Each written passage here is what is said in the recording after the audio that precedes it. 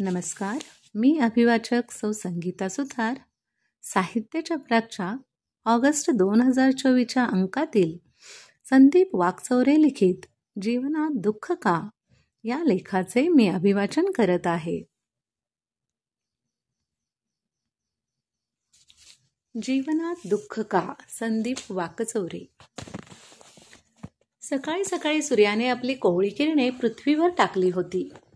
त्यात प्रकाश होता, त्याप्रमाणे शीतलताही होती. पक्षी छान गुंजन करत होते. सकाळी थंडगार हवा वाहत होती. झाडांवरील फुले आपल्या सौंदर्याचे दर्शन घडवत होती. आपल्या जवळच्या सुगंधाची निसर्गात उधळण करत होती. निसर्गाचा भाव देण्याचा होता. त्यात कोणताही दुजाभाव राखला जात नव्हता. सकाळी सकाळी निसर्गाकडे पाहत गेले की मनाचा साराच भाव प्रसन्न होत जातो. निसर्ग रोज पाहावा तर असाच बहरलेला असतो. तो सतत वाटत असतो. त्याच्यात समर्पणाचा भाव असतो, आनंदाचा भाव असतो आणि आहे त्याची उधळण असते सारी. अशावेळी त्याच्याकडूनच आपण काही घ्यायला हवे का? निसर्गाकडून काही शिकायला हवे का? निसर्गातील माणसाव्यतिरिक्त असलेला प्रत्येक सजीव नित्य आनंदाने जीवनभरारी घेत असतो. माणसांच्या आयुष्यात मात्र आनंदापेक्षा दुःखाचेच ओझे अधिक असते. असे का बरे होत असावे? जेथे सारा निसर्ग आनंदाने भरलेला आहे, तिथे निसर्गाचाच घटक असलेल्या माणसाचे आयुष्य दुःखाने का बरं भरलेलं आहे? माणसाला त्याचे जीवन आनंदाने नाही का जगता येणार?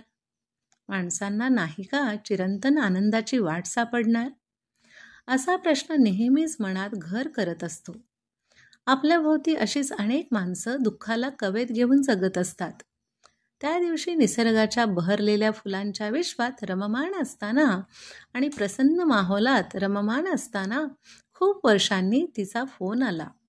ती म्हणजे सुखाचा आगार, ती म्हणजे सौंदर्याची खान, शब्दांचा फुलोरा, शब्दांवर प्रेम करणारी, प्रत्येक वेळी शब्दांच्या फुलोऱ्यात स्वतःचा आनंद शोधणारी, ती म्हणजे जीव ओवाळून टाकावी अशी मदमस्तीत जगणारी, सतत जीवनाचा शोध घेणारी, जीवनाबद्दल सतत विचार करणारी, आपल्यापेक्षा इतरांच्या आयुष्यावर अधिक प्रेम करणारी, ती म्हणजे केवळ आनंदाचे उधाणच जणू. त्या दिवशी तिच्या बोलण्यात शब्दांवरील प्रेम आटलेले होते. शब्दातील हसरा भाव संपला होता. डोळ्यातून नेहमीच वाहणारा प्रेमाचा झरा आटला होता. आनंदाचा भाव पारखा झाला होता. तिच्या शब्दातील जीवनविषयक माधुर्य कमी झाले होते आणि दुःखाचा प्रवाह भरभरून वाहत होता. तिच्यात झालेला हा बदल मनाला धक्का देणारा होता. तिचा अनेकदा आधार वाटायचा. तिचे शब्द म्हणजे जीवन फुलोऱ्याची वाट वाटायची. आज ती सुखाच्या आगारातून दुःखाच्या महासागरात बुडाली होती. असं कसं बरं झालं असेल? जीवनात खरंच दुःखाला काय बरं कारण असेल? पण जीवन म्हणजे दुःखाचे आगार नाही आणि सुखाचा महासागरही नाही. प्रत्येकाचे जीवन आनंदाचे भरते आहे आणि दुःखाच्या लाटाही आहेत.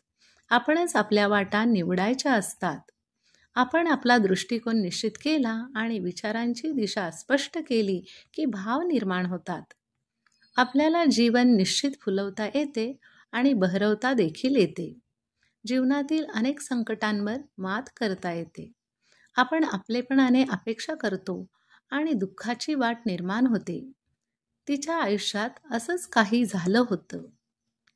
जीवनात दुःख का या प्रश्नाच्या मुळाशी जात आपण शोध घेण्याचा प्रयत्न केला तर त्याचे उत्तर मिळत जाते. आपण जेथे स्वतःला जोडून पाहतो तेथेच दुःखाचा उगम असतो. आपल्या भोवती अनेक घटना घडतात, म्हणून प्रत्येक घटनेमुळे काही आपल्या आयुष्यात दुःख निर्माण होत नाही. जगात रोज कोणीतरी मरते, म्हणून प्रत्येकासाठी डोळ्यात अश्रू ढाळत बसत नाही. घटना समान असतात तरी प्रतिक्रिया आणि भाव मात्र समान असत नाहीत. एका घटनेचे एकाला दुःख आणि दुसऱ्याच्या मनात कोणताही भाव नाही. याचा अर्थ आपणच आपल्या आनंदाच्या आणि दुःखाच्या वाटा निर्माण करत असतो. त्या वाटा जीवनात येत नाहीत. आपल्या दृष्टीत तो भाव सामावलेला असतो इतकंच. नेहमीच आनंदाने बागडणारी ती अनेक वर्षानंतर इतकी दुःखात का बरं डुबून गेली होती?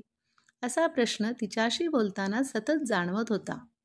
तिच्या बोलण्यात जाणवणारा तणाव, निराशा मनाला भेदत जात होती. तिचे आयुष्य एका अर्थाने हरवत गेले होते. जी आरंभी जीवनाचा अर्थ शोधत होती, तिच्या आयुष्यातील जीवनानंद हरवत जाऊन केवळ जगणं उरलं होतं. तिच्या बोलण्यातून सतत निराशेचा भाव व्यक्त होत होता. तेव्हा तिच्या डोळ्यातील वाहणाऱ्या अश्रूंचा गरमागरम जरा अधिक काही सांगून जात होता. त्या अश्रूंना वाटा होत्या, पण पुसणारी माणसं मात्र हरवत गेली होती.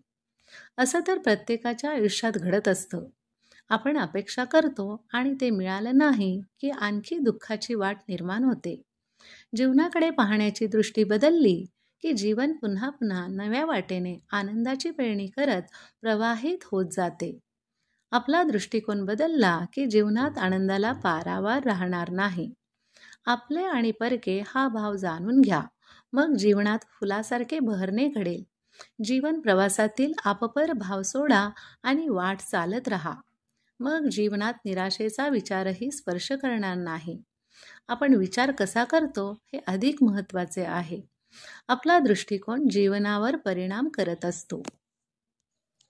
जुनैद नावाचे एक सुफी संत होते. त्यांचा प्रपंच उत्तम सुरू होता. संसाराच्या वेलीवर मुलांच्या रूपाने फुले फुलली होती.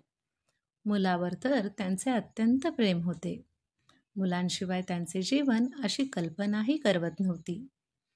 बायको ही मुलांवरील पतीचे प्रेम जाणून होती. एक दिवस अचानक मुलाचा अपघात झाला आणि त्यात मुलाचा अंत झाला. मुलाच्या अंताने आपला नवरा कोलमडून पडेल. ते मुलाशिवाय जगूच शकणार नाहीत. ते वेडे होऊन जातील, ही त्यांच्या पत्नीची भावना होती. मुलाच्या निधनाने ती कोलमडली होती, पण तरीसुद्धा तिला अधिक चिंता पतीची होती. मुलाचा दफनविधी करून जुनैद घरी आले होते. खरं तर तिने मनात जे आणले होते त्यापैकी काहीच झाले नव्हते. ते पूर्वीसारखेच होते. त्यामुळे मुलाचे निधन झाले असे जाणून काही घडलेच नाही. मुलगा जिवंत आहे असाच त्यांचा व्यवहार होता. बायकोला हे पाहून फारच आश्चर्य वाटले होते. मुलाचे निधन झाल्याने शेजारी पाजारी, नातेवाईक, मित्रपरिवार सारेच जुनैदला भेटून जात होते. त्याचे सांत्वन करत होते. या साऱ्या भेटीत तर जुनैद अजिबातच तुटलेले नव्हते. बायकोला आश्चर्य वाटल्याने घरात कोणी नसताना तिने विचारले की, अहो, मला वाटते मुलाच्या निधनानंतर तुम्ही अगदी तुटून जाल. तुम्ही वेडा व्हाल. तुमचे तर मुलावर एवढे प्रेम होते की तुम्ही त्याच्याशिवाय जगू शकणार नाही. पण मुलाच्या निधनानंतर तर तुमच्यात तसे काहीच जाणवत नाही.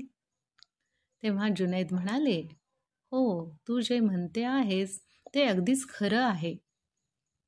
मी खरंच तुटून गेलो असतो, पण विचार केला की मी जेव्हा तरुण होतो, माझा भूतकाळ तेव्हा मला सांगत होता की मला जेव्हा मूल नव्हते तेव्हा तू होतास.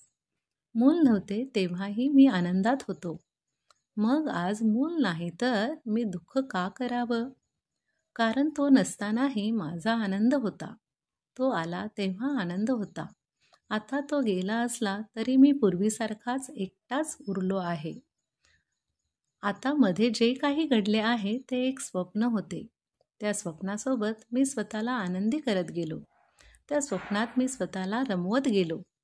पण जाग आली आणि पुन्हा स्वप्न भंग पावलं. आता स्वप्न संपलं. पुन्हा मला रोजच्यासारखे जगावे लागणार आहे इतकेच. जीवनात स्वतःच्या आयुष्यात असे सुंदर स्वप्न पडतात आणि भग्न पावतात. तेव्हा त्या स्वप्नासोबत फक्त काही काळ आनंद घ्यायचा असतो. पुन्हा आपला प्रवास स्वप्न नसतात तसे जगायचे असते. आपल्या जीवनात आनंद आणि दुःख हा फक्त भाव आहे आणि तो आपल्या दृष्टीत सामावलेला आहे. जुनैद यांनी आपल्या आयुष्यातील घटनेकडे एका नजरेने पाहिले आणि ते जीवन जगत गेले. ते तुटून पडतील असे वाटत असताना त्यांच्यात तसे काही घडले नाही. कारण आपल्या भोवती जे काही असते ते आपले मानले की दुःख होते आणि ते आपले नाही असे मानले की सुखाचा प्रवास सुरू होतो.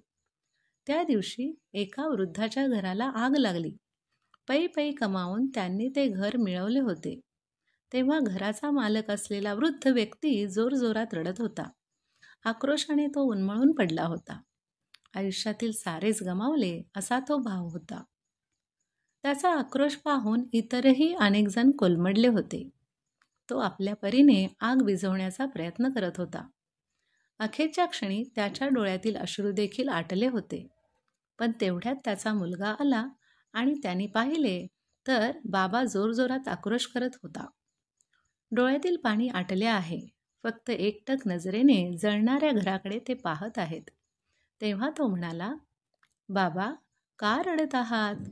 अहो, आपण हे घर तर मागील आठवड्यात विकले आहे. तेव्हा टाहो फोडून रडणारा म्हातारा आता शांत होऊन जळत्या घराकडे पाहत होता. घराकडे पाहताना स्वभाव संपुष्टात आला होता. त्यामुळे भडकणारी आग पाहूनही डोळ्यातील वाहणारे अश्रू थांबले होते. कारण घर आता आपले उरले नव्हते. आपले नाही म्हटल्यावर दुःख नाही. आपल्या जीवनात आपण आपले म्हणून खूप जणांना स्वीकारत जातो आणि दुःखाच्या वाटा निर्माण करत जातो. आपण आपल्या आयुष्यात जे जे कोणी येत जाते त्याला स्वीकारत जावे, पण त्याच्या वर्तनाने आपले जीवन दुःखी का करावे? त्याचे येणे हे लाटेसारखे असे म्हणावे. लाट तात्पुरती असते आणि समुद्र कायम असतो. लाट येते आणि जाते म्हणून समुद्रात चलबिचल होत नाही. तो जसा पूर्वी होता तसा लाट गेल्यावर देखील राहतो. त्याप्रमाणे आपल्याला जगता येण्यास काय हरकत आहे? मात्र आपण लाटेने हरवत जातो आणि जीवनात दुःख करत बसतो. जीवनात अपघात होतात म्हणून पूर्वीच्या दिवसासारखे जगण्याचा मोह कायम असायला हवा. आपण माणसं जोडत जातो तेव्हा नाते निर्माण होत जाते. त्या नात्यातील आंतरिक ओलावा जाणता यायला हवा, इतकेच. नाते फसवे असू शकते. आपल्याला फक्त निरपेक्षतेने जीवनाकडे पाहता यायला हवे. स्वतःचा दृष्टिकोन आपण पक्का करत गेलो की जीवनाची आनंदाची वाट निश्चित सापडत जाते. खरं तर जीवनात कोणी आले म्हणून आनंदी होता कामा नये आणि कोणी वजा झाले म्हणून दुःखी होता कामा नये.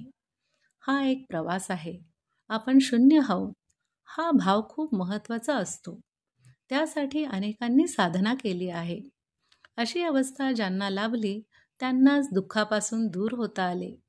शून्याला कोणत्याही संख्येने गुणले तरी त्याच्यात फरक पडत नाही. तसे आपले आयुष्य असायला हवे. इतके छान आयुष्य जगण्याची वाट आपण निर्माण करायला हवी. हो, अगदी असे जगता येते. आपल्यातील दुःखाच्या लाटा आल्यावर आपले आणि परके कळते असे म्हणतात. पण आपण त्यांना तसे काही न मानता स्वीकारले की आपली वाट समृद्ध होत जाते आणि जीवनाला आनंदाचे झुंबर लगडते. फक्त वाट चालण्याचे धाडस दाखवायला हवे इतकेच.